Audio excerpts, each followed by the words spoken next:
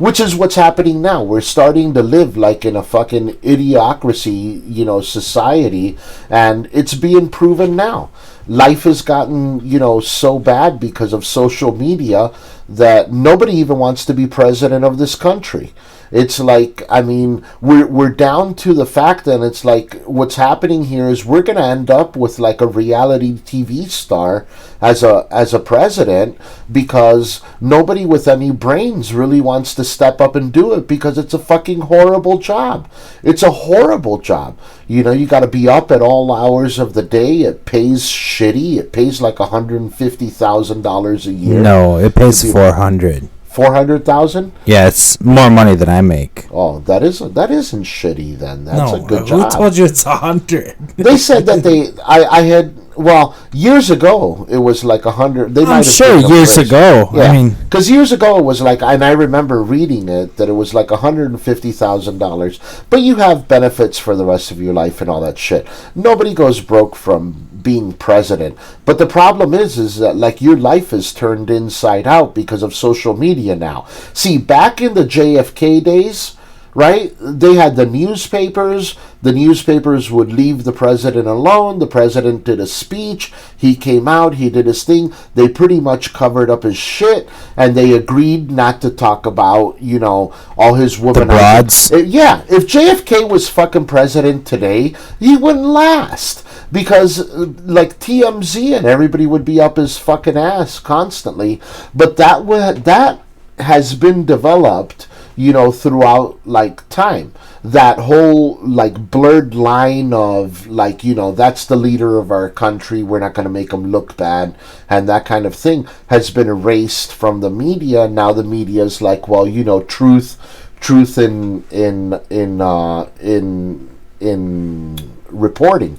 So now, they go through, they're constantly looking to see if the president's lying, if he's standing on the back of the steps of the White House smoking, did he put a basketball court in, is his hair turning white, they're always fucking reporting everything, what your kids are doing, what your wife is doing, what the Secret Service did, and all that kind of shit. Those presidents, man, they go into the fucking White House, dude, they look all bright-eyed, bushy-tailed, full of ideas, full of life. They sign in, they put their hand on the Bible, they do that fancy dinner, man, and that's it. You look at them 6 months later, they got fucking white hair, they're skinny as a rail, they've lost 20 pounds, their clothes don't even fit them, they're like a carcass of like who they fucking were.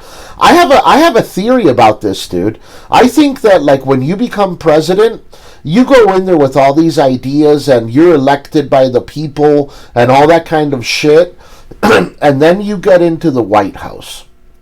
And that, like, inside the White House, everything changes. Everything changes.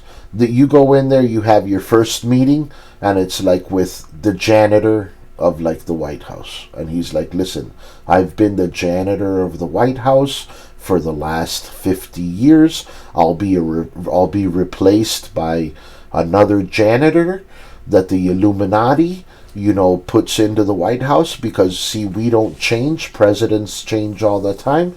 So the janitor gets to stay in here, and here's what's going on, motherfucker. You see all those Secret Service agents that are supposed to be protecting you and all that? They're not there to protect you. They're there to keep you in line.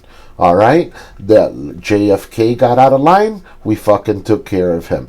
You have Secret Service, you step out of line after you find out all the shit that I'm about to tell you, and the Secret Service will make it look like an assassination. And guess what? You're going to have Secret Service with you for the rest of your life. When you leave here, they're still going to be with you in case you decide to write a book, talk about anything, or anything like that. Now, they sit them down, and here comes where the white hair shit comes in.